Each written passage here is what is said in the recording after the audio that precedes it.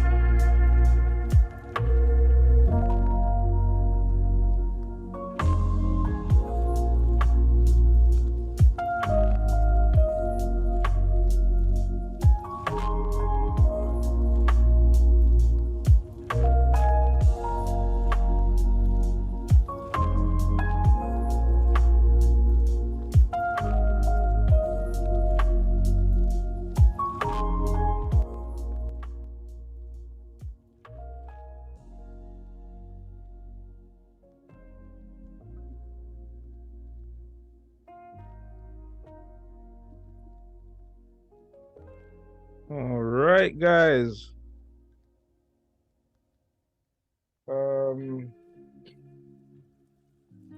Can you hear me okay? Yes, sir.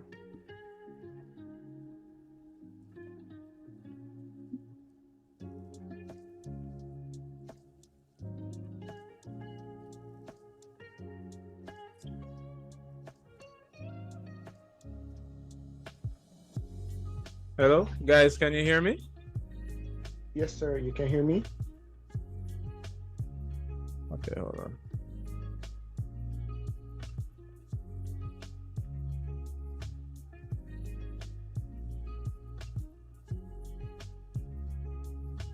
Oh, hold on a second.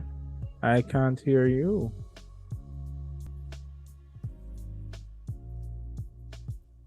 All right, let's see if this works. Right. Okay. Speak again. Can you hear me, guys? Mic check. Yeah. Yes, we're hearing you. All right, cool. I'm hearing you now. All right. Welcome back from your study tour. How was it?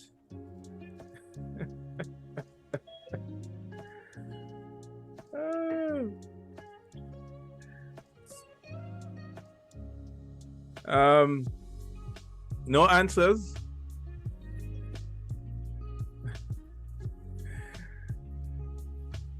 I know that is because there has been no study tour yet. Right? That's why we're still here. Am I correct? Yes. So it got pushed back to the 27th. Yep. So I also learned. So actually, maybe that's not too bad for us here in advanced computing too, because what I realized happening is that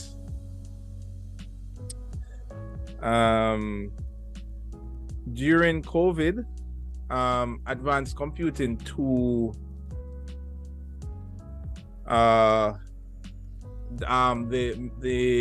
the study tour that used to happen during COVID, which was like a local study tour that was done. It ended up happening a little later than usual, and that timing kind of worked out for us because there is one of your assignments that is coming up in about 2 weeks or so. And I think that assignment is usually easier when it lines up just with study tour, because you have more content at your disposal, because you're not like home, you are away, right? So that may be to an advantage. If we can get the timing right, we may be able to time this thing so that for your next assignment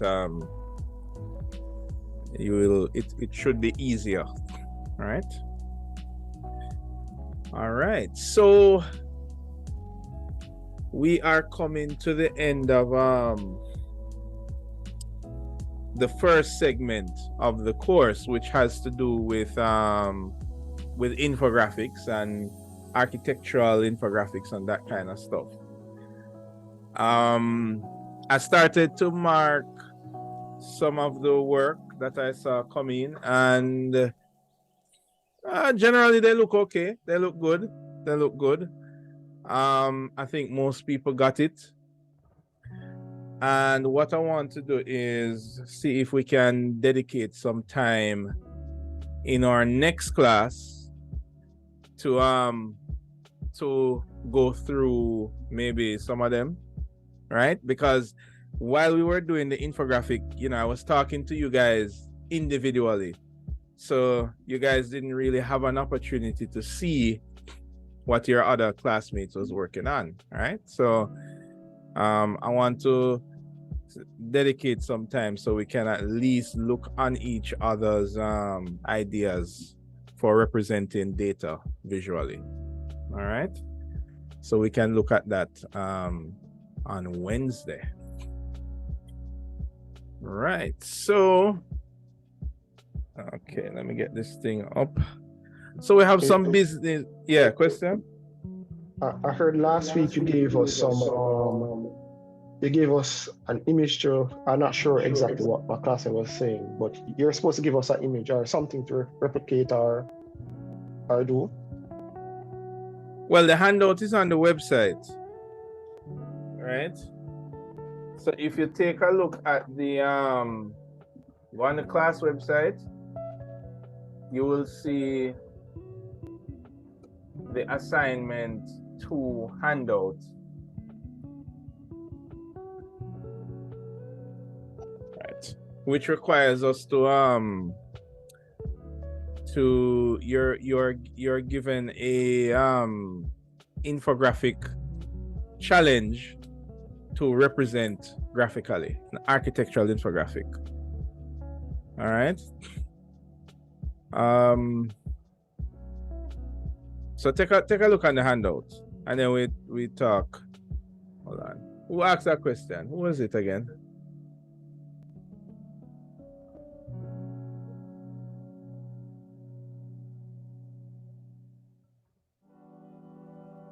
Who asked the question a while ago? During Taylor. Okay, Taylor. All right, cool. So Taylor, let's talk after the class. All right. No problem. You were at the last one. This is your first class? No, not my first class. Last week I was online, but my speaker for my computer, the speaker and mics are not working. I don't know why. It just stopped working at the last class. Okay. So I couldn't hear anything. Okay. All right. So I got a headphone. Right. Okay, so we also have some a schedule to work out, right? So the last time we met, we spoke about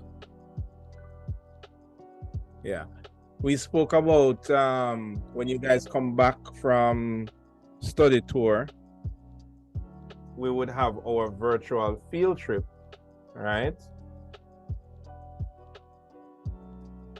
However, being that we are still here, we would need to work this out, so that ideally it would be great if it happens next week, Monday, right? So we can get it out of the way.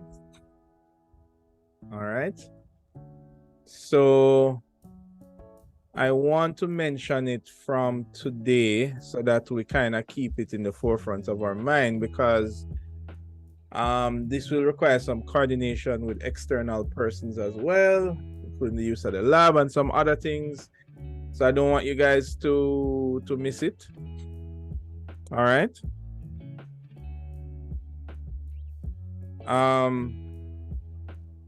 And what we're gonna do, our class activity for that class is gonna be virtual, right? So it's gonna be a virtual activity, and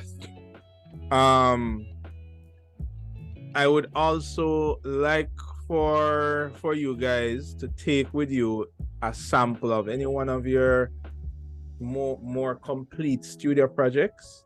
We're going to see if we can do a VR tour of it. We're going to kind of try it out. It needs to be, well, it doesn't have to be in Revit. Even if you have it in SketchUp, 3D Max. If you have it in Lumion, though, I don't think I can help you with Lumion. But if you have it in Twinmotion, I can help you in Twinmotion. So any software that you have it in, so you just walk with that next week, Monday, which is a face-to-face class. All right, everybody clear on that? Any questions? Any challenges with? Is there anybody who cannot make it face-to-face? Is it going to be any problem? Yes, sir. For me, yeah. Kind of rough. Because you're not here, right? No, I'm here in Jamaica, sir. Oh, okay. I'm gonna join from office. Right. Well, I know you would enjoy it. So if you can make it, if you can't, then I don't know. There's no way to experience VR apart from just being there, you know. Other than that, we just look like weird people just doing all kind of crazy gestures, right? So when you are in there, that's the whole experience, right? So but nonetheless, so we want to see if we can get going at 3. It would be great if we could even do it a little earlier, since we're going to be face to face. Some of you, I'm not sure if some of you are close by or some of you might need to go far, because I think that class finishes at 2 to 3 to it finishes at 5. So, and usually it never finishes at 5 from in the past, right? Does anybody have any class after the Monday lecture? Yes, sir, I do. Yes, sir, I do. Yes, Oh, sir. so there's a group of you that have class afterwards. That might be tricky. I mean, okay, is it possible for anybody, for you guys to come out earlier? Anybody have a class right before? Yes, sir. So we are sandwiched in 2 hours. I don't know. I'm pretty confident we can do it in 2 hours. What usually happens is that persons usually want to try other things and explore outside of the main activity. So I guess that will be the only challenge. I don't want to keep it on Wednesday because that's going to be tricky, because the class is split in 2 and everybody can't come to one session. So that's a no-no. All right. Okay. All right. So that will be next week, Monday. So I guess I can say 3 p.m. sharp, since some of us have class before, and we're going to try to see if we can get through before we are done. All right. In terms of other face-to-face activities, we are now, I want to show, let me bring up that that initial presentation. Where are you? You are here.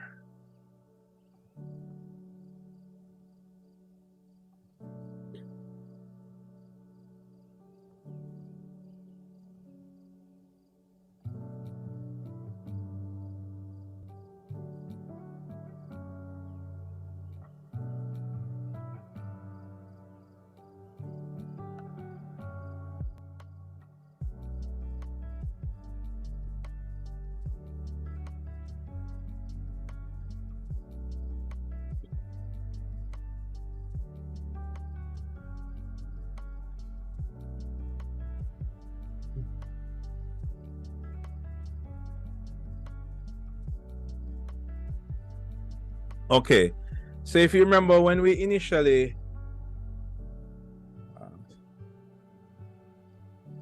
slideshow.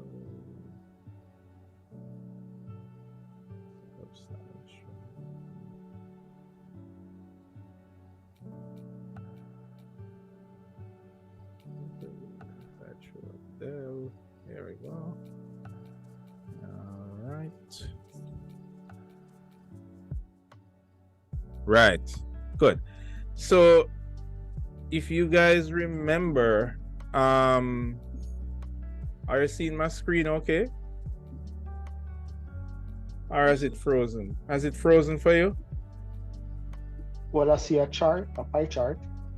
Oh, okay. Is this my thing? It freeze on.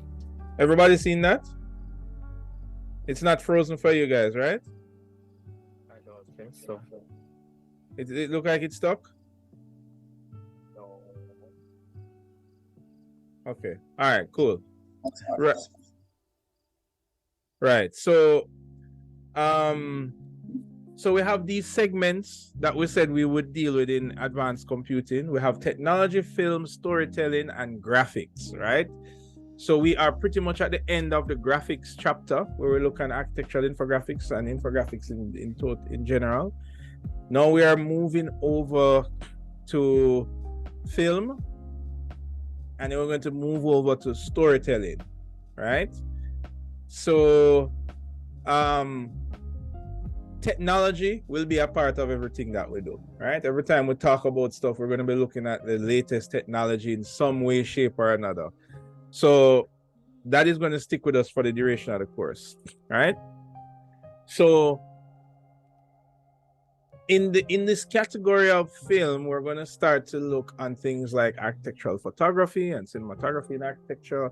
We're going to look on doing some we're going to look on some video editing and a little bit of image editing, right? More the concepts and how to let's kind of skip through here, right? And a little bit about the camera, right? Now we have two when we're looking at this category, our area of focus is going to be around the camera, right?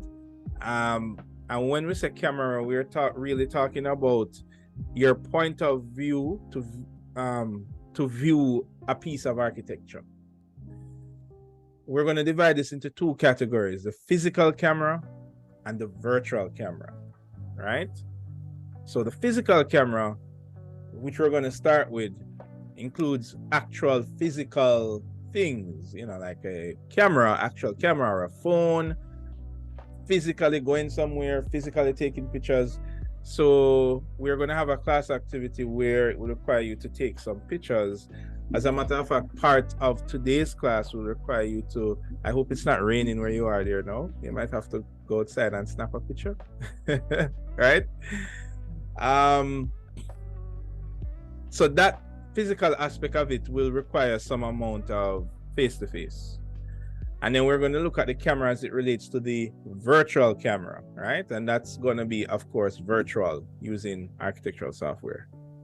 Okay? Right, so that is the new chapter that we are going to phase into, right? So we want to start to look at cinematography in architecture, right? And look at how we can adapt filming techniques and photography techniques for visualizing architecture, right? So naturally, where we're going to start is, you know, what exactly is cinematography, right? Now I can bet that everybody has heard this word before, right? And I'm going to do what I usually do. Just call on somebody randomly and ask them, what do you think cinematography is? Right, Danik?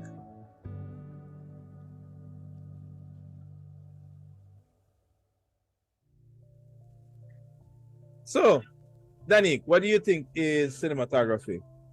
Just any lay explanation, right? Start the study of pictures and video making. Okay. Well, you definitely included the words pictures and video, which is the really important part there, right? And as you know, architecture is a visual field, right? Whether we're looking on plans or we're looking at actual buildings or we're looking at things that inspire design, it's a very visual field, right? And we usually express architecture as drawings or graphics. We represent it as images, we represent it as video. And a couple of weeks ago, we started to look on new technology, which is allowing us to visualize architecture interactively, right? And remember, we spoke a little bit about that, how we got that from the games industry, right? So we had a little talk about video games in architecture. By the way, anybody tried out that game that was made by architects? Anybody give it a swing yet? Anybody managed to download it? No, sir. Not yet? All right, cool. I will ask again at another class. Remember, the link for it is on the mirror board. There is a password to unzip it. It's divided into, I don't remember how much parts, but maybe about 20 different 500 megabyte files. And it was purposely done that way because if you try to download one 2 gig file and right as it's about to finish, your internet cuts, then you guys know what happened already, right? You're going to lose all of that progress. So what was done is that it was split into smaller files so you guys can download the pieces into the same folder. By the way, remember, don't download them all at once because Google is going to try and zip it, and I don't know, that usually takes longer. So just download them one at a time. And when you try and unzip it, it will ask you for a password, which is in the instructions. It's 1, 2, 3, 4. And that's it. You just run it after that. All right.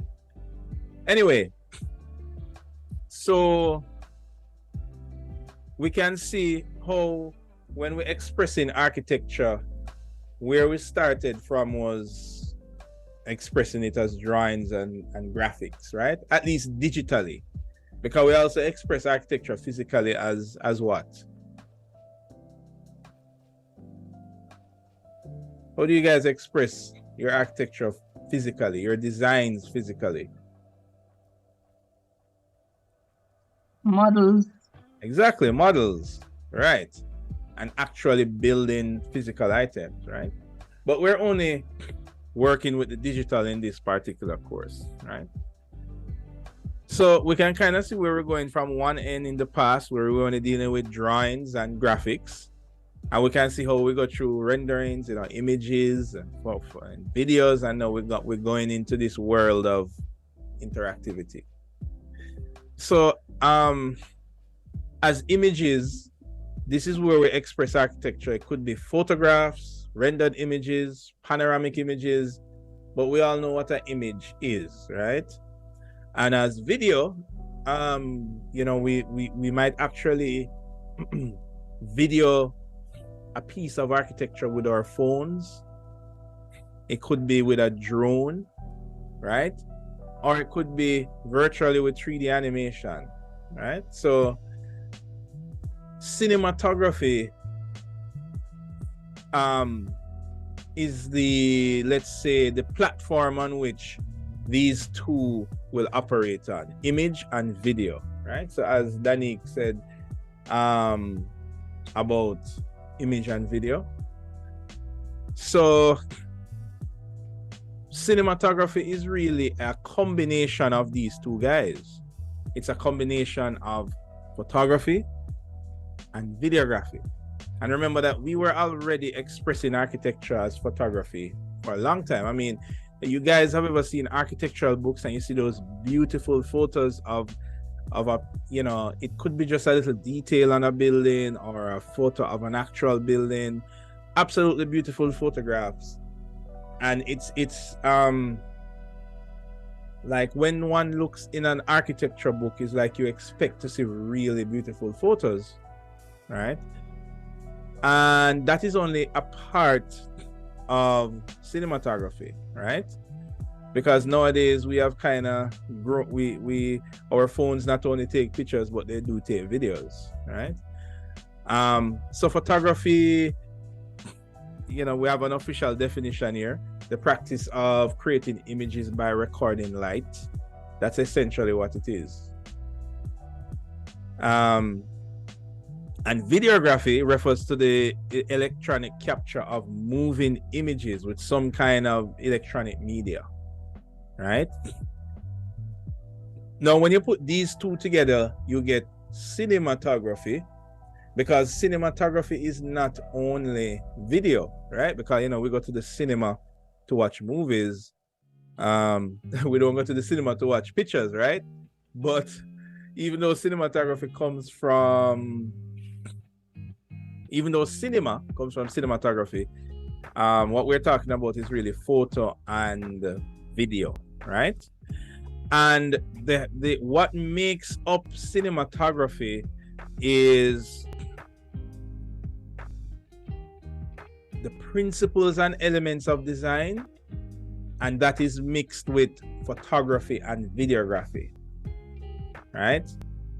Now, this part is important because when you go out there outside now and maybe just take a 10-second video of your front gate or an object in your yard, if you are not using the principles and elements of design, then you are not doing cinematography, you're doing videography.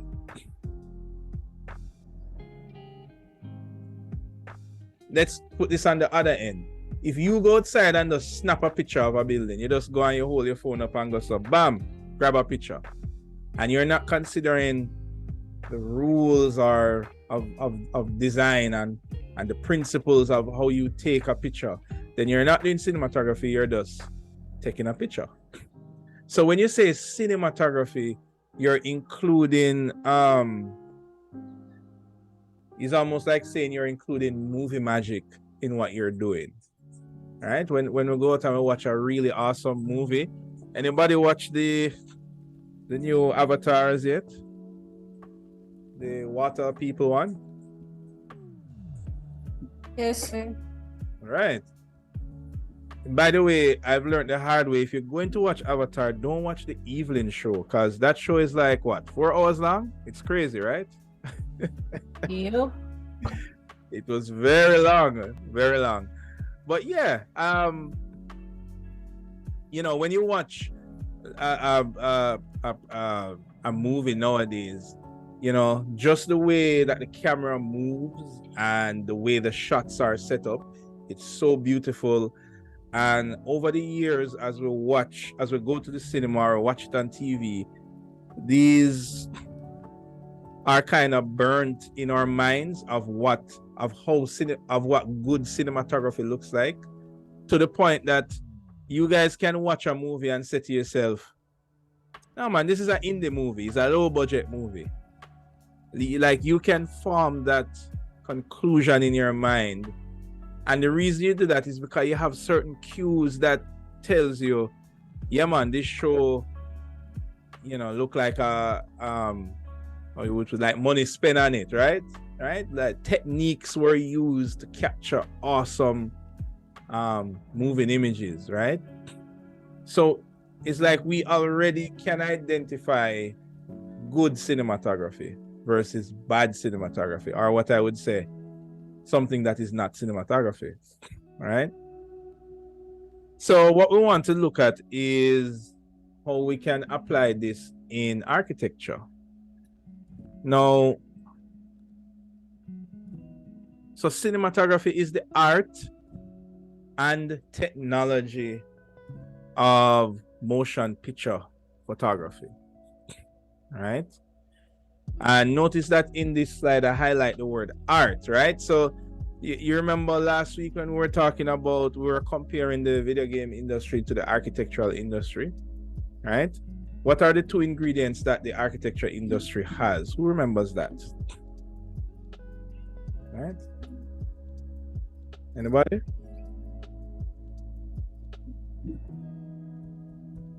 Architecture is a what?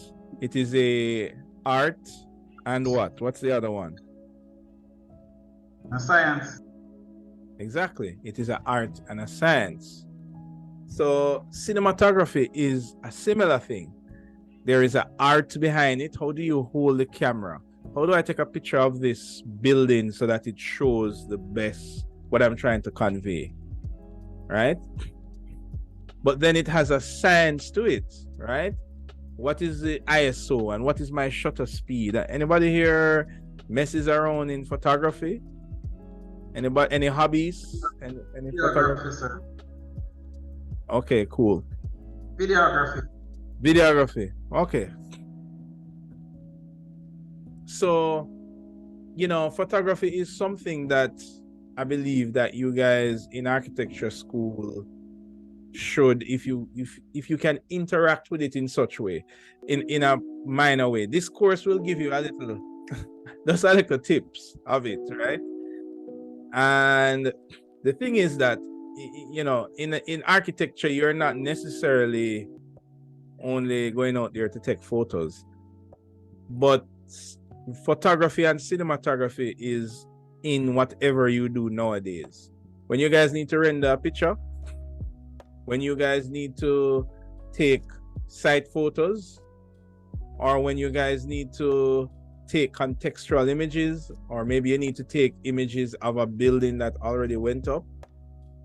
I don't know if you remember, I shared with you guys about the first job I got to work on when I got my first job in an architectural firm. Is, well, when I went to the firm, they were preparing for a GIA competition, and they needed to take pictures of all the buildings that were going up by that firm. So there you go. You had that cinematography right there.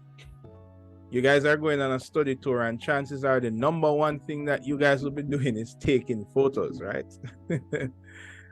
And taking videos. And I mean, the last maybe 5 years of study tour, even before COVID, most groups that come back, they have some kind of video presentation. So cinematography is just a natural part of what you do in architecture, right? So what we're saying here is that the technology part of cinematography is understanding your camera. And when I say camera, I don't mean like a fancy, expensive camera. I mean, even your phone. How do you change the resolution of your phone, right? How do you increase the brightness if a picture is too dark? Just basic things about the technology. And then there's the art part of it. When I'm taking a picture of this building, how do I hold the device, the phone? If you're dealing with a virtual camera, how do I angle the camera in Lumion or 3D Max or whatever? And even nowadays in these programs, even in Lumion, for those of you who use Lumion or Twinmotion, you see things like ISO, shutter speed, depth of field, all of these technical terms that has to do with photography, right? So there is no escape from cinematography in architecture, right? Even though you guys are not necessarily, you're not training to be like digital, like movie directors, but you still would use the tools, right? Now notice the one I have in the middle, which is understanding lighting. All right, and notice that this one is smack dab in the middle. And the reason for this is that whether you're more on the art side of things or you're more on the technology side of things, whether you are dealing with a virtual camera in Twinmotion or Lumion or 3D Max, or whether you're dealing with a real camera, out there, you must understand lighting, right? It is the same, well, it is just as important when it's virtual as when it is physical, and it is what allows your architecture to convey the message that you want it to convey, especially the emotional message. So understanding lighting is going to be a part of our discussion as well for the next coming weeks, right? So I want to show you guys a picture. Anybody know where this is? Emancipation. No. All right. Good one. That one was easy. I want to show you our next picture.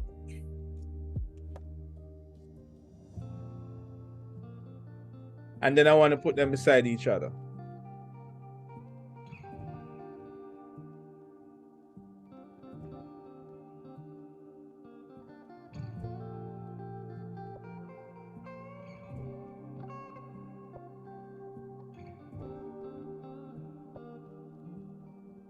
Now, when you look on these two pictures, I mean,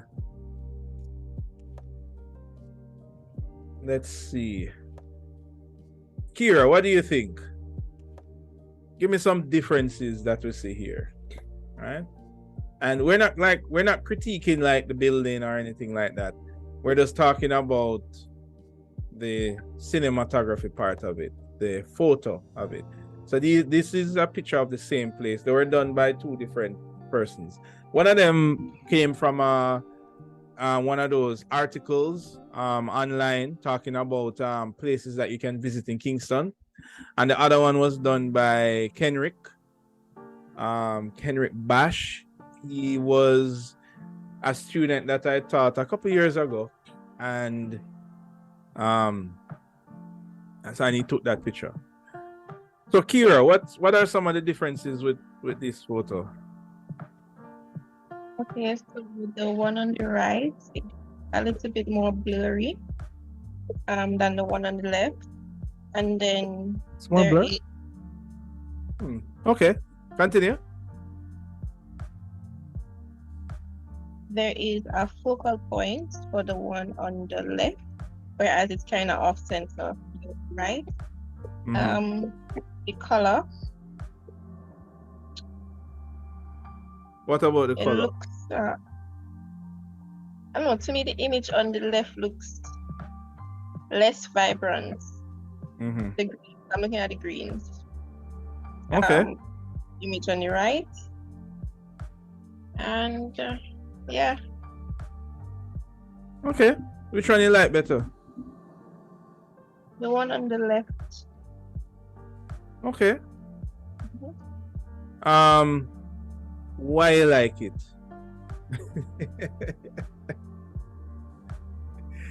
Because it's more symmetrical for me, and I have something I know that I'm supposed to be focusing on something. Okay. All right. Cool. Right. And the interesting thing, both of these pictures, right? Because I'm not comparing something at the extreme. Like, it's not like somebody does unintentionally snap the image on the right or on the left. They were intentionally taken. And both of these images are published. So meaning that, you don't just happen to walk past and snap a picture. You specifically went to take a picture for whatever the purpose of publishing. It could be a presentation, it could be a newspaper article, it could be some online article, it could be to post it on your Facebook or Instagram or whatever, but you take it with an intention, right? And the interesting thing is that, I mean,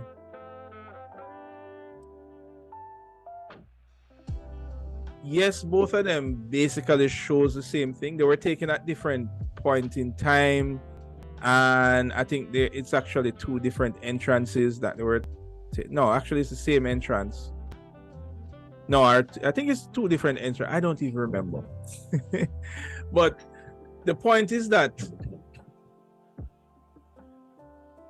the image on the left, it has guidelines that you use when taking images and all of that. But in addition to that, it has additional things that manipulate the lighting, right, of that picture. So in a way, say again? Kind of look a little bit overexposed, or maybe it's my computer. Could be.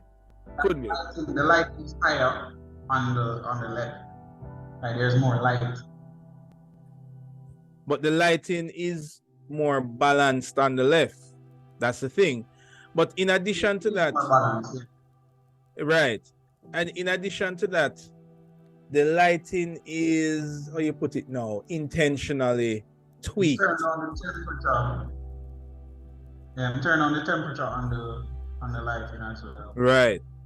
So for example, I know this might be old time thing nowadays, but the Matrix movie, like if you go back and watch some of the footage on the Matrix movie, it have like a green kind of hue to it, hint to it.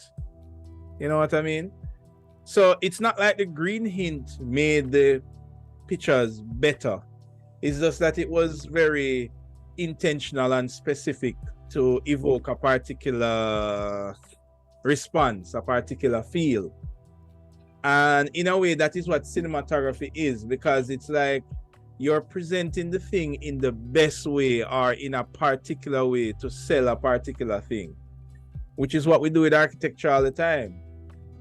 Right? You know, we at least when we're representing architecture, you know, we put a tree just right so that the you know, you can hide what wasn't done. But apart from that, you can focus in on what you want to show.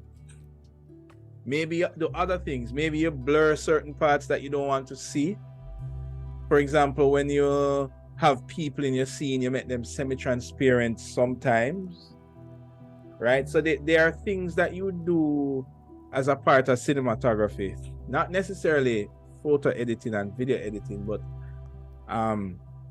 little tweaks that you make to make a picture have a particular feel. So which is why the image on the right, it's not necessarily a bad picture, but it's just a picture. But the image on the left, it's like it feels like a special image, like it's curated for a particular purpose, right?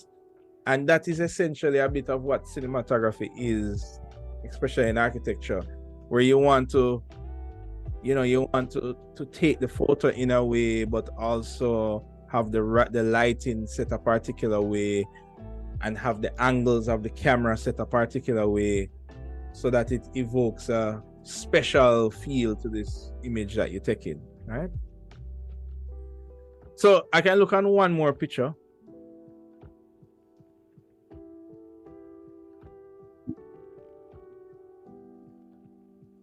And here is another one here. And let me go back to the first image. Much better, sir.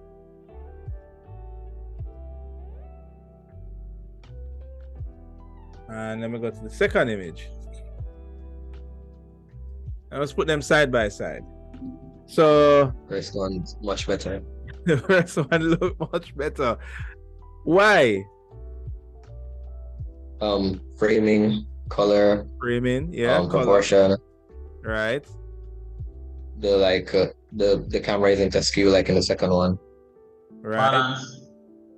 Balance. That's right.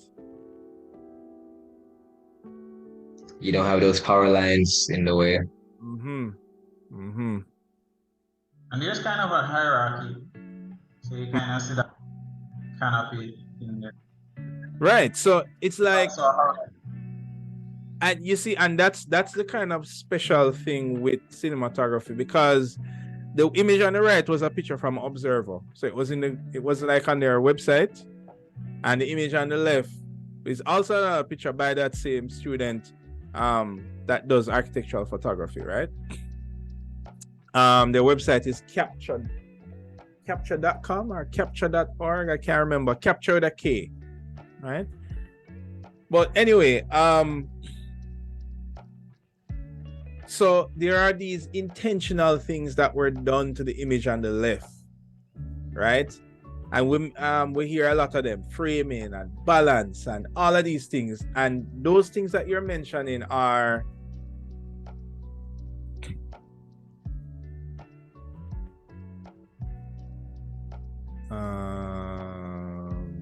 where's my slides? Here are my slides. Right. Those things that you mentioned are the art part of cinematography, right? So camera position, rule of thirds, balance, repetition. You know, this even overlaps in things that we do for graphics. That also applies to cinematography. But then it also has the other part of it, which has to do with the technology. Like because it's in the case of that particular photo. In the case of this photo, it was taken with a camera. What kind of camera you use? You know, what were the settings? What was the aperture, right? And did you use a tripod? What is the shutter speed that you use? So ISO. Right. So you have all of these technological terms, and then on the other side you have all of these like more art-related things, right? But of course, where it meets in the middle, where both of them care about, is the lighting, right? Because both of these things affect the light. If you take the picture a particular time of day or at a particular angle so it look darker, or that's on the art side, but on the technology side, if you use not the correct ISO on these things, and guess what? Nowadays, you guys don't have to worry about most of the technical parts, because pretty much your camera device will do that for you, whether you have a cell phone or an actual camera. However, you still need to know what it is, because you need to know if an image is going to be, if it's blown out, right? Because that will affect your editing. Or you need to know if it's too dark or it's too grainy. So those are things that you can know even if you don't have like a high-tech camera with all of these buttons and gadgets, because it's the same rules that your cell phone use, right? So it goes to show that even if you had a top-of-the-line camera,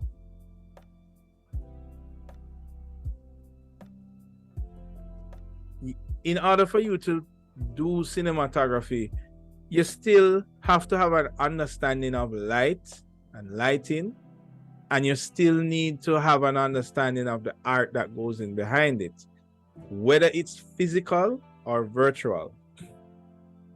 Now, what I can tell you is that, and you will hear this from many people, and even I learned things the hard way, you will hear persons say that, especially in visualizing architecture, that it is after persons had an appreciation for photography, it made them better architectural visualization, whether you're doing that virtually in Twinmotion or whatever, or you're doing it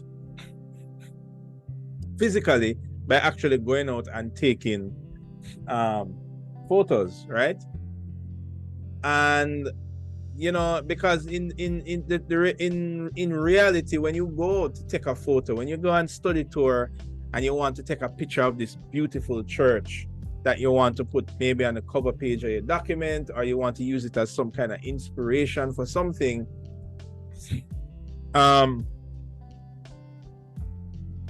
you would need to have that understanding in order to be able to do that. You would need to have these three components to be able to take a picture so that it has a particular cinematography feel to it, right? All right, over here, right, and this one again, this is one of my favorite ones that he took, right? And you know, there are a lot of rules and both on the art side but also on the technical side, and about lighting, that come together for you to get an image like this, right? So for example, on the part of light, you know, what's the best sun angle, time of day? The beauty about when you have to when you have to do cinematography in real world, certain things you don't have control over. Where when you're in Twinmotion or Lumion, you can just bump up the ISO and turn down the sun if it's too bright and put the sun at a particular angle. So everything is like editable. But when you go out there to take a picture of a piece of architecture, you have no control over the weather. That's the first thing. Right? You can't just shift a tree if it's blocking you. Right? If there's a garbage bag in the middle of your shot, you need to move it. You can't just like turn off that layer. All right? So when you play by those confined rules, it's like you get to explore your creativity a bit more. You know, so you might go on your study tour, you might go to take a picture, but then it's an overcast day, or maybe it's midday, so now you have to like figure out a different angle that doesn't blow out the shot. Or maybe you have to take a night shot, right? So now you have to consider lighting and all of these other things that you can control. So for example, an image like this, you have some rules here that are that it almost, at one point, one would almost say that it looks like the shot is computer generated because everything is just perfectly in place. So for example,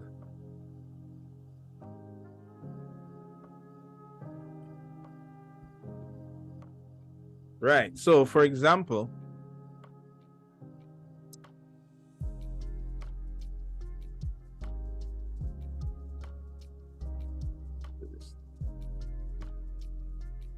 right, so we have this tree that's right here. All right, you guys can see my screen, okay? Yes, sir. And if you look at this tree, like this tree is here, but the skinny part of the tree doesn't really block the architecture of the building, right? It kind of goes up kind of close to where you see this column. You see, you guys seen that?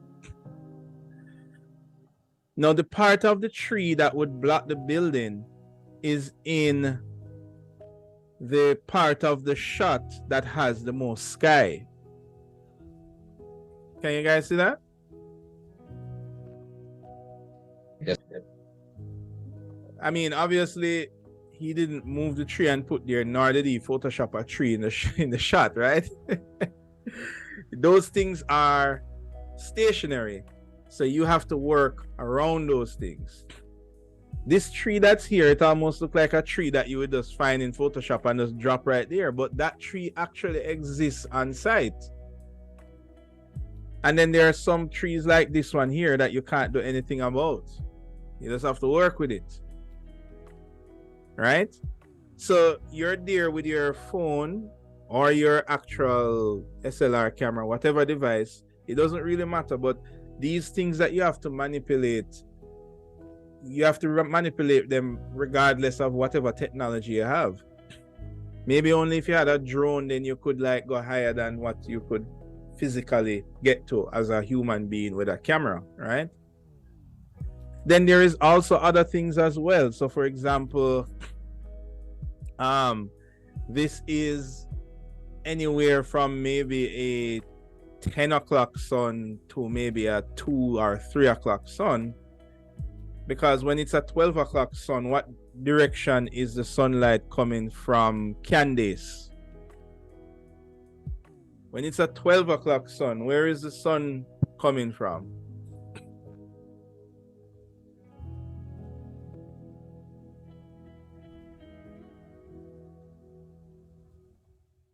You there, Candace?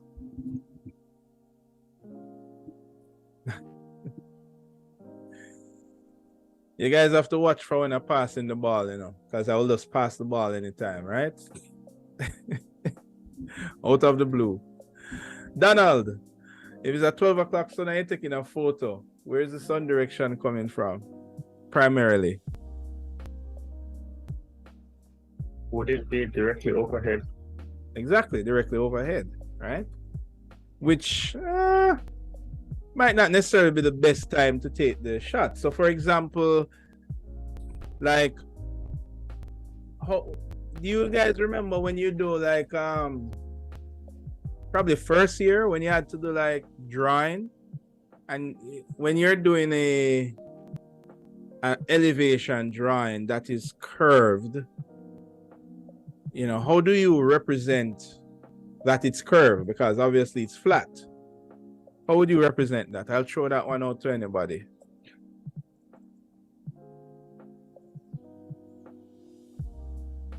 Guys? Distorted. Okay, you can distort it, but how do you represent that it's curved using light and shadows?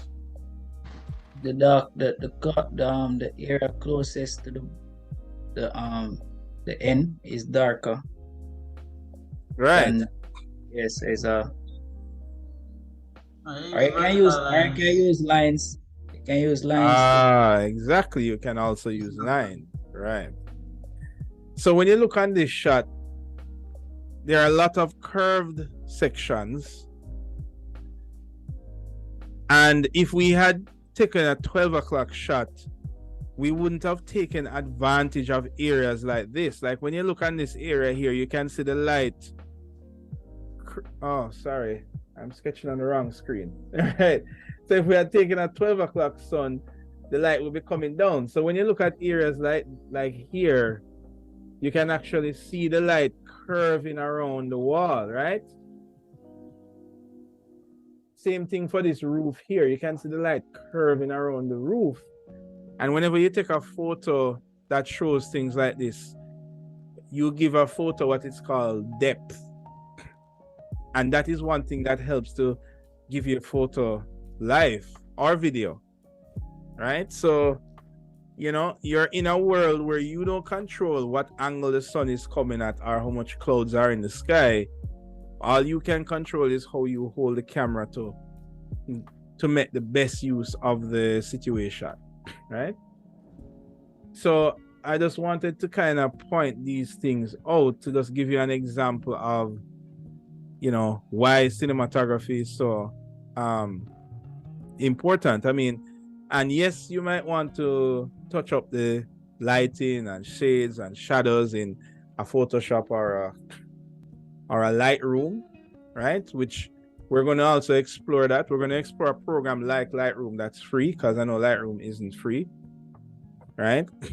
We're going to explore a little bit of that. Hopefully we can find the time to do some of those things. All right, so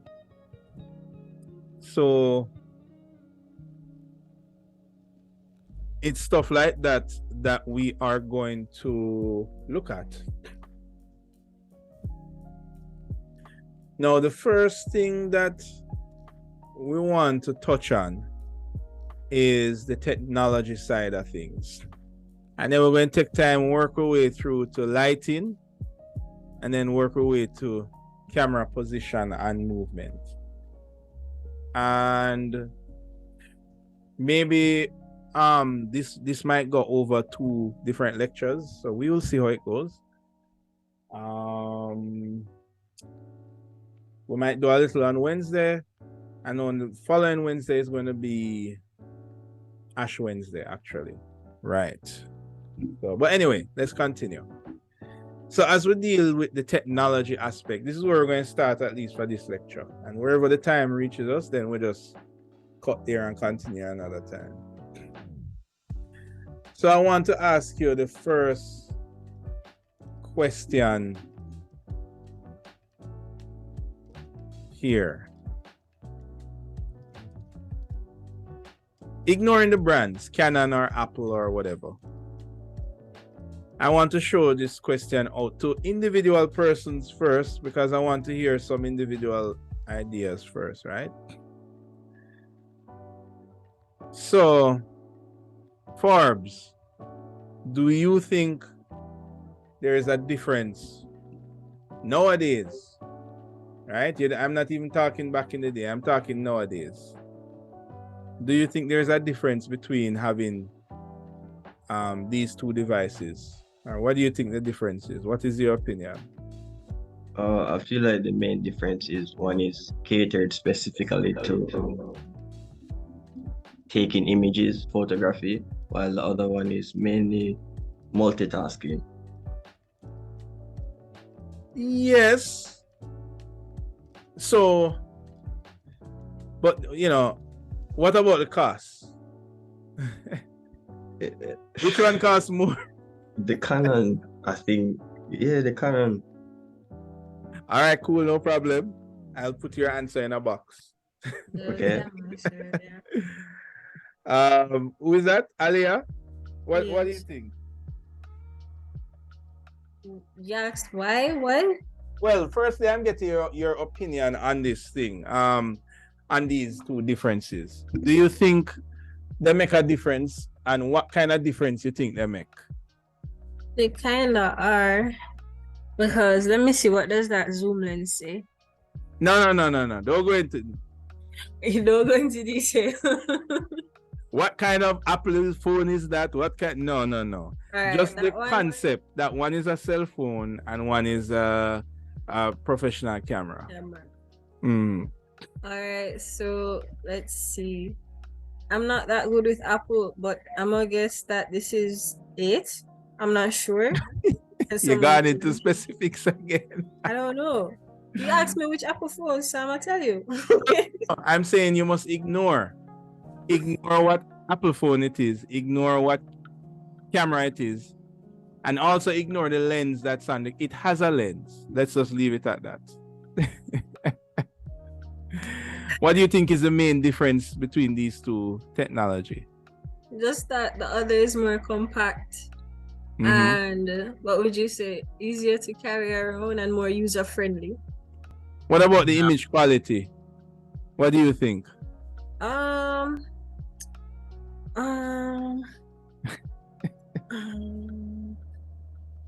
can't say much. It really depends there, because the Apple, the iPhone, it gives you a good image quality, but your camera, of course, you can do a lot of things with your camera. Well, and I can't answer that. I can't answer that. How do you think the costs go? Which one you think is more? Less The or camera. game? The camera itself, because everything doesn't come together. First you have to get the camera, and then you have to get... Fair enough. Yeah. So I give you $1,000. Which one you would buy? 1,000 US. Yeah, because that's about the price for a decent iPhone. Which one you would buy? I can't buy a phone, sir. They can? Yeah. Really? Wow. All right then. $2,000. I have it like that. 2,000. Sir, we can try. I come into you. Alia, you need to tell me first. I give you $2,000, Alia. Which one you buying? Sir, ask a male. You can't ask females this question. Why? Canon, yeah, boy. What's up? Yeah. I'm indecisive. I'm sorry. You're indecisive. All right. I'll put your answer in a box and lock it. Chris, what is your opinion on these two things? Right. A Canon better if you take the photo and the video. So if I give you $2,000, you would buy the Canon. Sorry, it's not a Canon. It is a professional camera. All right, it's a professional camera. Right. It's not an Apple phone. It's a phone. It's a cell phone. We're not looking at brands. All right, it's a professional camera, man, but still. Yeah, you're by the professional camera. All right, good enough. And what you think is the difference between them, the quality wise? Pixel. All right, cool. I'll put your answer in a box. Who wants to go next? I'm not going to do everybody, but Sir. Yeah, pick up. Here's the thing. If I was a photographer, I'd buy the camera, but I'm not. And there are other things that I'm able to do with the phone, so it would be the better purchase in this case. So in your case, I have to bring it home to your scenario. So in your case, you would take which one? I would take the phone, sir. You take the phone. All right. I think Andre, you were saying something. Sir, I'm taking the DSLR. Mm-hmm. One, I have a lot of lens options, so I can go All right. wide angle lens, Mm-hmm. lens. Additionally, I can do 5K, 4K. Additionally, it allows me to video sound, but also adjust the amount of noise. It allows me to adjust the aperture. It allows me to adjust the temperature. It has a lot of other things that the iPhone would not do. Okay. All right. Fair enough. Except make call. Good one, Chris. Anybody else with an opinion on these two things? The camera versus the phone?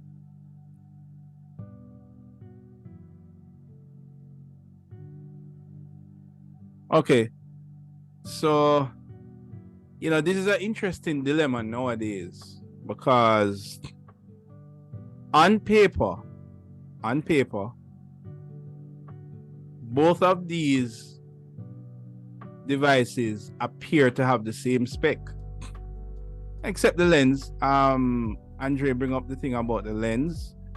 I mean, for those of you who are die-hard phone photography persons, you can buy a lens for your phone, but it's not going to be as versatile.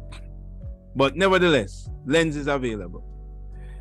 Whether it is 2K or 4K or even 5K, I mean, nowadays your iPhone does what? Does 4K, right? Anybody have an iPhone? What? 10, 11? 8K, sir. 8. Oh, okay. Sorry. So on paper, when you compare these two, you ask yourself, that's a genuine question you need to ask yourself. And in the architectural industry, let's say whether you guys are young professionals, so maybe some of you might go into an office. Chances are most of you will take on some kind of work or side hustle or job, second job, and highly likely it will involve some kind of visual aspect. I mean, it could be that you're just doing drawings. That's also visual as well. Most of you might be doing some kind of rendering. Some of you might be going out and taking ID, photos. sir. Say again?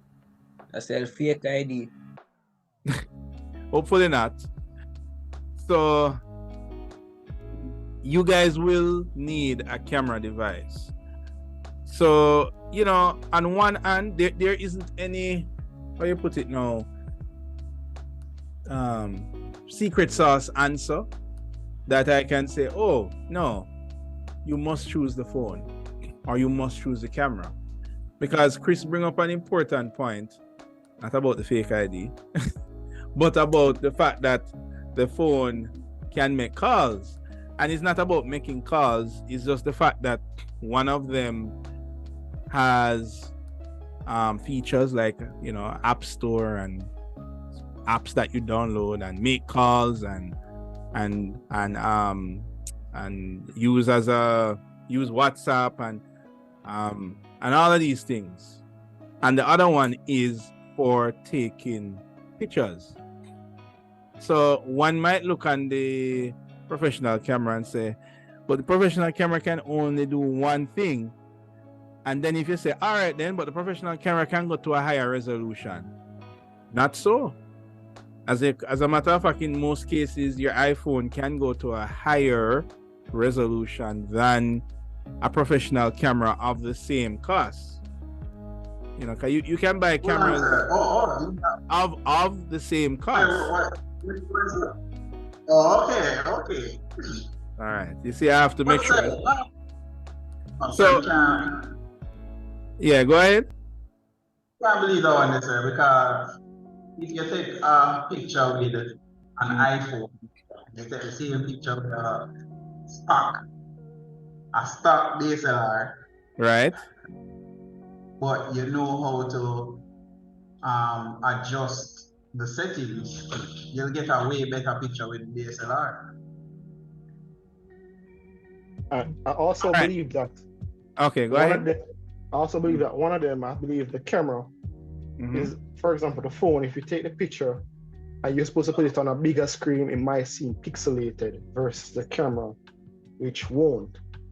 Well, it depends on I agree with you, but it depends on the pixel of the specific phone. So like I know the iPhone has a very high resolution on it, so it may not become pixelated, but you see, like with the camera, if you adjust the shutter speed and all of those things, you may be able to manipulate the lighting to make the picture look a particular way that you won't be able to do it with the iPhone. So you get that much more quality from the DSLR. Yeah. So because I bought a DSLR, and I had I'm not even gonna say the brand one. It's not an iPhone. It's not an iPhone, but yo, don't sell out the Android them in a youth.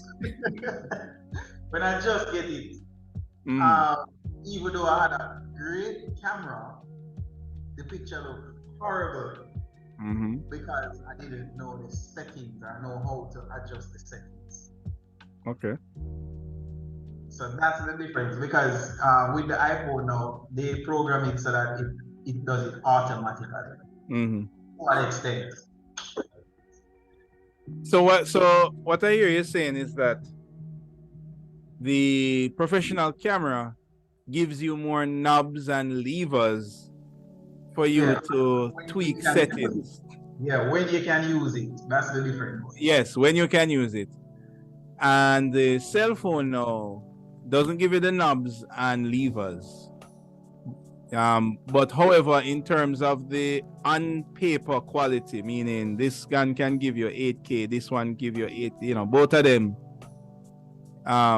have comparable qualities, basically. But the professional camera allow you more tweak. That's what you're saying, right? Yes, sir. Okay. Well, there is a lot of for the iPhone, sir, you're taking a picture in low light. You're taking a picture in low light. You'll be able to manipulate the light a little bit on it, but when you use the DSLR, you can dial in that exact number that you want, that when you take that picture, it looks really good. Right. All right. So the truth is that the one thing that we're talking about with these physical devices is that you have whatever controls you have in the real world, not in the virtual world. You can only control the device that you have. You can't control if it's nighttime, you can't just say it's daytime. You understand? So the most that you can do is tweak whatever settings you have. Now, even myself, I have used the iPhone. As a matter of fact, recently my wife has I think it's the 11 or it's the 12, I can't remember. And I have even done apples to apples comparisons, right? On top of the theory that we already know.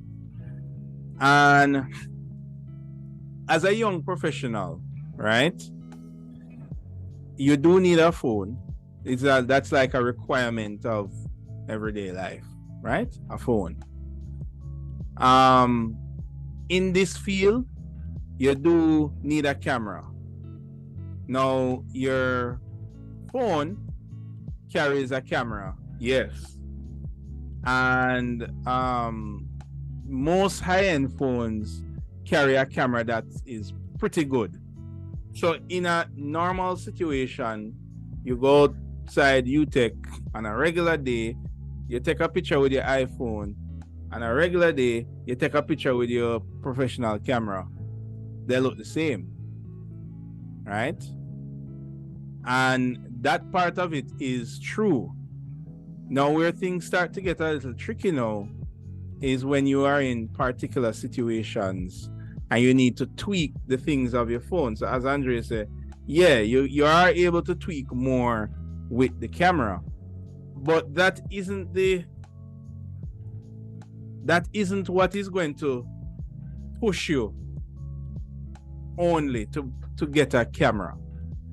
Because if the conditions are right, you don't need to tweak anything, right? I have a SLR camera, and most times you just put it on auto and take a picture.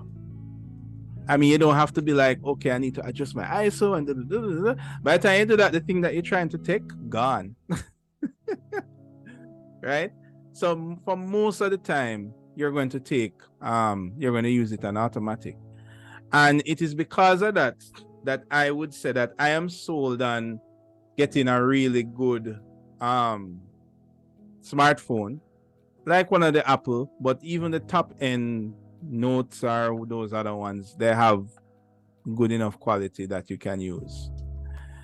Now, the main difference, the night and day difference between these two things are not usually on paper, right? On paper, you find things like megapixels and all that kind of stuff, and on paper, they look the same. The key difference, like how you say, there's a difference between black and white. So the key difference between your cell phone and your handheld camera is going to be the sensor size.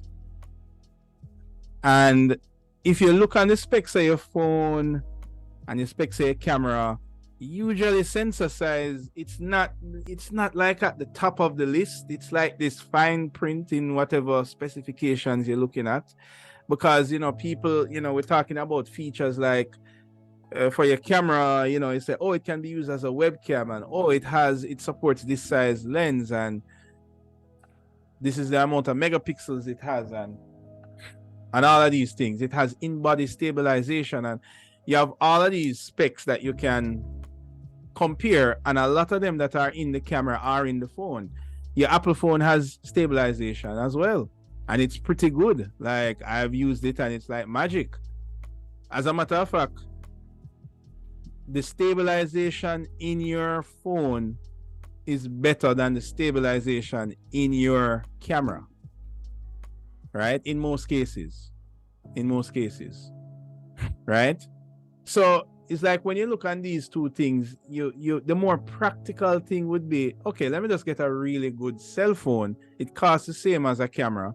Well, the camera probably nowadays is a little cheaper, but then anyway, the costs are around the same, but the cell phone can do so much more. And then when I look, it have all these other things, stabilization and this and that and 4K or 8K, and my camera only say whatever. The main thing that you are not seeing in that spec sheet is your sensor size. And if phones like if the sensor size on a phone versus the cheapest SLR camera you can buy is like the difference between like something that is this small and something that is this big, right? Something that's the size of your fingernail versus the size of your cell phone, a typical cell phone, right?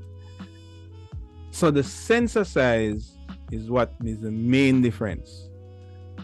Now, the truth is that the sensor doesn't really do that amount of magic for you. It's not like a good selling point because if you have a bigger sensor, it's not like you have more megapixels or you have better, I don't know, image stabilization. You can take pictures faster or whatever. Anybody can tell me what do they think is the difference with the sensor size? Because the sensor size in your phone, it's like millimeters big. Maybe like 2 millimeters big.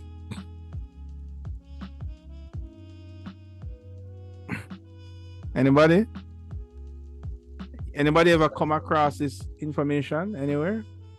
Yes, sir. I like more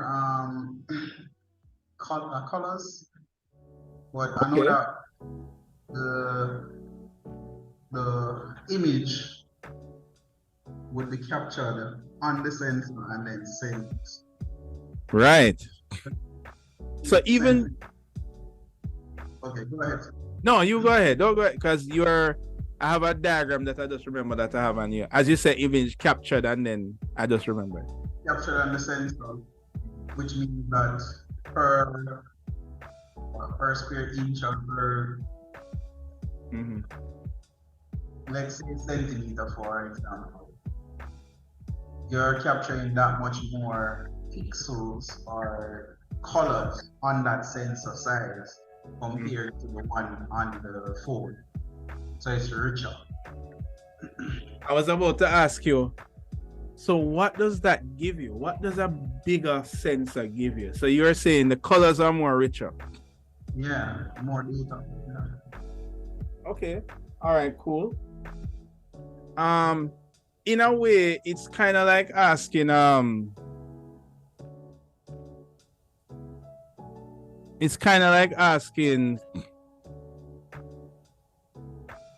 like what's the benefit of eating like a healthy meal, right? And one of the things is, okay, it's more healthy, but then it's so much other things.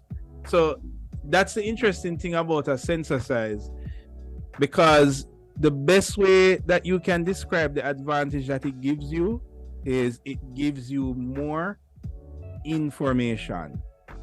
And when you say information, you're not only talking about color, right? Because there is,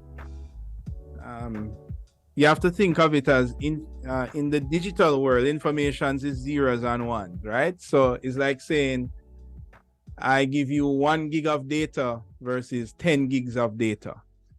What is that data? You don't know, but there is more of it. So that is the main difference. Like if you were to zoom in on an image captured by a phone versus which a smaller sensor versus one with a DSLR as a wider sensor, you find that zooming more before the image starts to load or starts to get pixelated. Well, you see, that is where the difference starts to come, and it's not pixelated, and this is the trick that cell phones use to make their case more valid, right? More pixels, I'm going to sound contradictory, but more pixels does not give you a sharper image. Yeah, I guess that sounds kind of weird and mixed up, right? Because obviously more pixels should give you a sharper image, right? But anyway, more pixels gives you more slots in which to fill information. So think about it like you have a big grid with slots. Think about it like buckets, right? And these two are the same size, but then some of these buckets are smaller, and these buckets are bigger, right? So when you really compare it, right,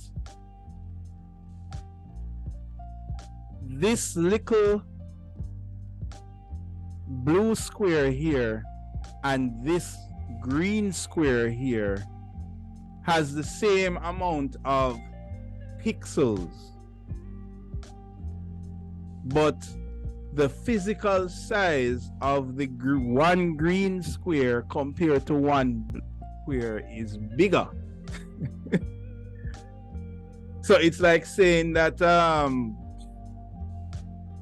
it's bigger so it can hold more information, right? So we kind of think that in the world of camera we're only talking about pixels, but pixels is just like the bucket. It's like a square grid and you pour information in that bucket, right? Sure, but one is more dense than the other. So. No, but the point, the comparative point that I'm making, right, is that you can have 1,000,000 tiny buckets or 1,000,000 big buckets. The 1,000,000 big buckets will hold more information than the 1,000,000 little buckets. So when your cell phone says to you that it have 8K, right? Meaning that it has, oh Lord, all right, maybe 8K too big because that number that it work out to is too big in my head. So let's say a phone have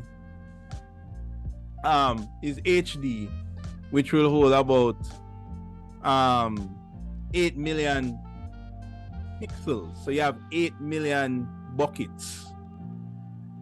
And your camera says, oh, it's not HD, so it only has 4 million buckets.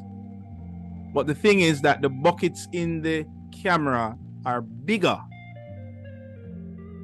than the tiny little buckets in the phone. But to the consumer, more is higher. You get what I'm saying? They're not advertising the size of the buckets. They're just saying this have more buckets than this. So it's saying that, look, your iPhone says 8K and your camera is only 4K. So why would you take the 4K? The 8K is higher. But you're not telling you that the buckets are the information that you can fit in the 8K. Those buckets are really tiny. And don't get me wrong, you know, they take good images just the same. When you look at an iPhone image, it looks really good. But it's just, the point I'm getting at is that you ever try, like, adjust the quality of the, like, post-production for both images? Because right, I was just getting into that. With the camera, have more layers that you can work with. So you may be able to bring out certain colors or manipulate the image so much that it gives it a really nice image because it's much more pixel. Hold on, you're going in and out. Because what? Because there's that much more pixels that you are able to work with. But you see, all right. So what I get in, what the kind of conclusion from this is that your camera will allow you to capture more information, right? But not necessarily with a whole lot of pixels. Now, if you're a person that does a lot of editing, so for example, if you do architectural photography, right? And you go around and you take photos of buildings, and then you go into Lightroom and you edit them and all of these things, you value information more than pixels, because information gives you what's called dynamic range, right?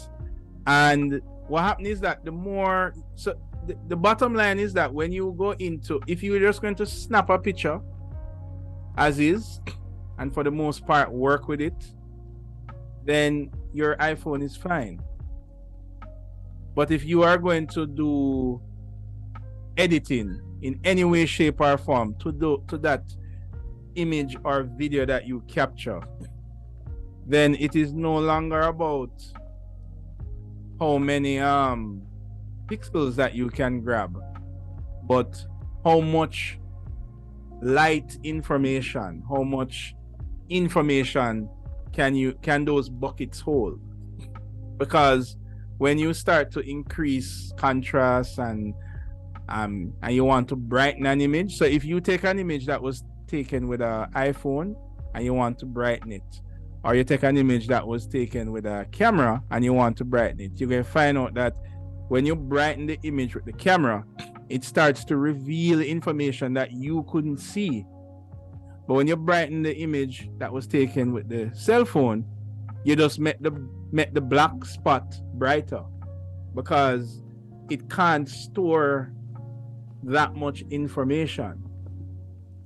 So that is the real difference when you're talking about these two guys here, right? And I have some examples that we can look at over the next couple classes, but I just wanted to kind of clear up this discussion first, because nowadays it's a big question. Like back in the days, they weren't like, you know, a phone is a phone and the camera was nowhere close to a DSLR camera.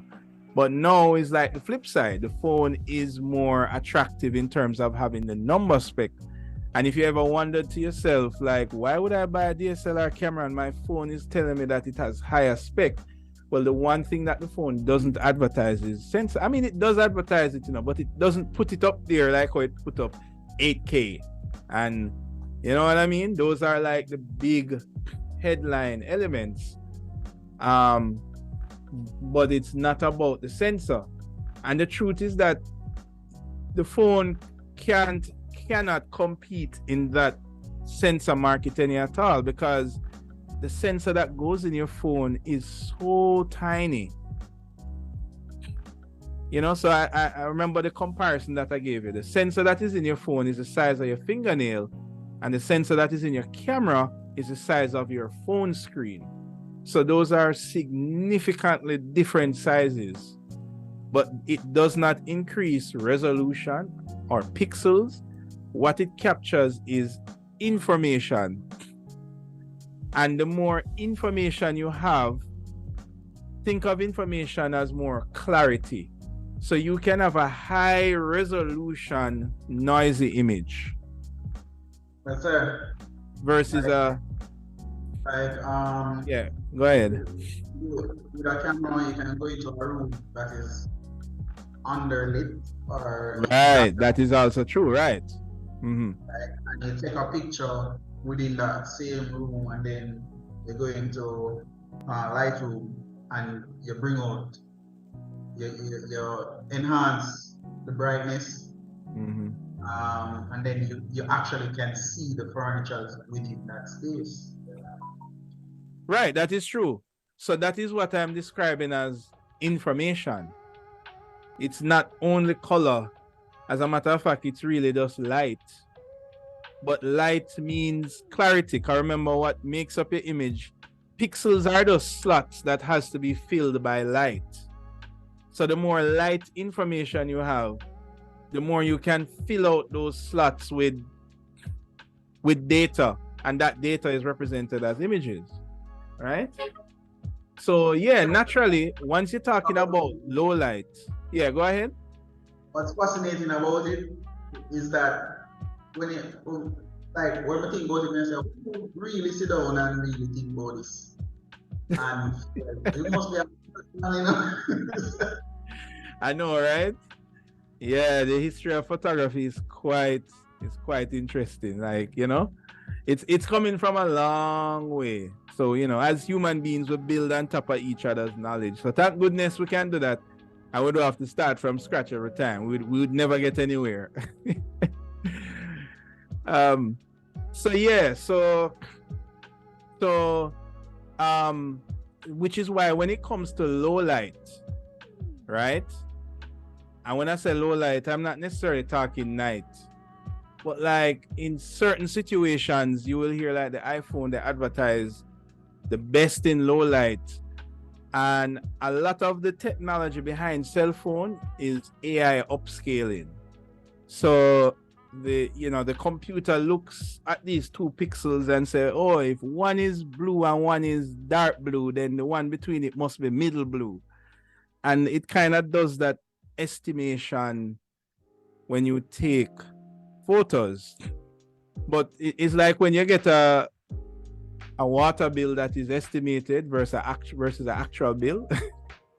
Right? So your actual camera, when it takes a picture, there's no estimation, there's no AI, because it doesn't need it, because it has all this information it's taking in, because the sensor is so big. So it's flooded with information. And all of those little slots those little grids are filled with information, which is why sometimes you take a shot on a SLR and it looks really good.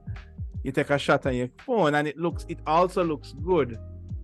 But when you try to edit, which requires you to, do things like zooming in and, stretching and cutting and using the marquee tool and pulling things apart. And once you start to do that now, you start to realize that image breaks apart a lot quicker than if you took one with the SLR, right? So anyway, so this is where our discussion ends for today, and we're going to be looking on some examples over the next couple weeks, right? I have with me a bit of samples of, see if I can find it here, of some projects that I worked on, where there is some comparisons between taking architectural photos with your phone versus with your camera and all of that. And guess what? We are going to test it out, because when we do our class activity, which is coming up. So you buy a camera? No, but I will take my camera with me. I have I have a Note 8, that's my phone, as you guys know. But I also have a mirrorless camera with me. I usually try and borrow one, so we can actually test out the differences between them, which, as I say, right off the bat, you don't really notice it right off the bat. It is only when you start to edit. If you're thinking of going to now edit photos, like when you go to a wedding and you take a picture and then you carry it into Lightroom and you change it up, those kind of things of editing pictures, it requires information more than what your cell phone can give to you. So that is when I would say consider getting a big camera. Also, yes, you have things like additional lens that you can add to it. If that is a big seller for you, then fine. But I'm telling you, like, the world of lens is like buying another. The lens costs more than the camera, right? So that is a slippery slope. The initial cost of the camera. Yeah. Exactly. So really and truly, it's a slippery slope. Once you're going to get an actual camera, you start to quickly, because what happens is that because you have the flexibility of changing your lens and your view. Remember, all the lens allows you to do is, like, you don't have to physically go right up to the animal that you're taking a picture of. You can just zoom in, right? So the lens affords you that flexibility, and it gives you things like depth of field. And we're going to look into all of those things as we go on, and how we can use that to capture architecture. So we have a little bit of discussion around photography. And right. So I want you guys to just wipe off your phone lens and have it ready for the next couple of classes. I will Sir, be my taking phone can't use, you know. I talk from now. Bang a phone me have no trace. Well, for those of you who don't have an ideal phone, you just need to make sure that you are at class on the day so that you can get one to borrow, either from me or from your classmates. All right? All right, sir. All right. And that is going to be the next assignment that's coming up. But we don't reach there yet. We're still having a conversation about cameras and so forth. All right, guys. So that is our class for today. We will continue this discussion on Wednesday, right? And quite likely you will need to use your phones on Wednesday. So not for the assignment, just for class activity.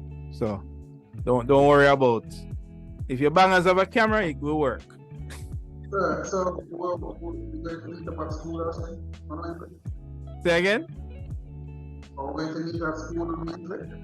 No. This is going to be online. This is going to be online. You're literally going to go outside to take a particular picture of something that we discuss in the meeting. Right? So hopefully there's no rainfall wherever you are. And you don't even have to go outside. But in most cases you do because or a large enough space. So we're going to look on that next week and continue a conversation around cameras. But Monday coming is going to be our virtual class trip. So that one would require face-to-face. And apparently we have very limited time. So yeah, we want to be there 3 o'clock sharp. All right? All right, so yeah. And so you said for Monday we should have is it the model, a portable version of our model? Oh, right. Yes. If we and we're going to do that in extra time. So for those of you who don't have class afterwards, we will be able to test out other things. But for the main class, there is an activity that we must get through, and then we can go into these other things, including testing out a model that you carry. So walk with your models, all right? All right, thanks, sir. Sir, what kind of model?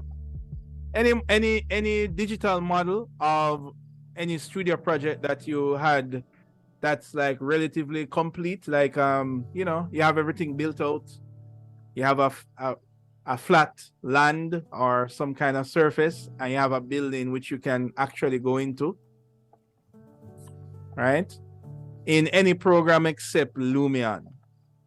I can't work with it if it comes from Lumion, unfortunately. You go with no, sir.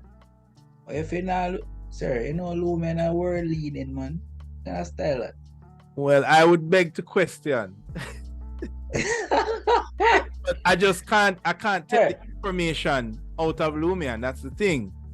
So hopefully Lumion will support VR natively, not at an additional cost later on.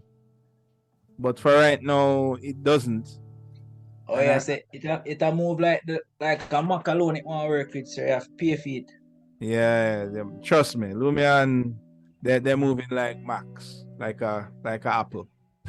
You see it. All right, guys, have a good rest of the week.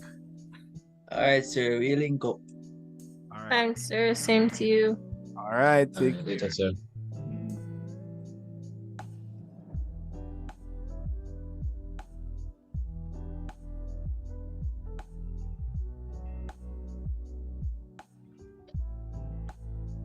Mr. Brian?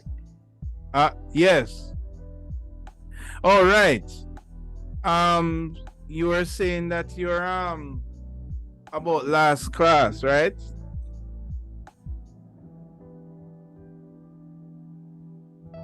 Hello?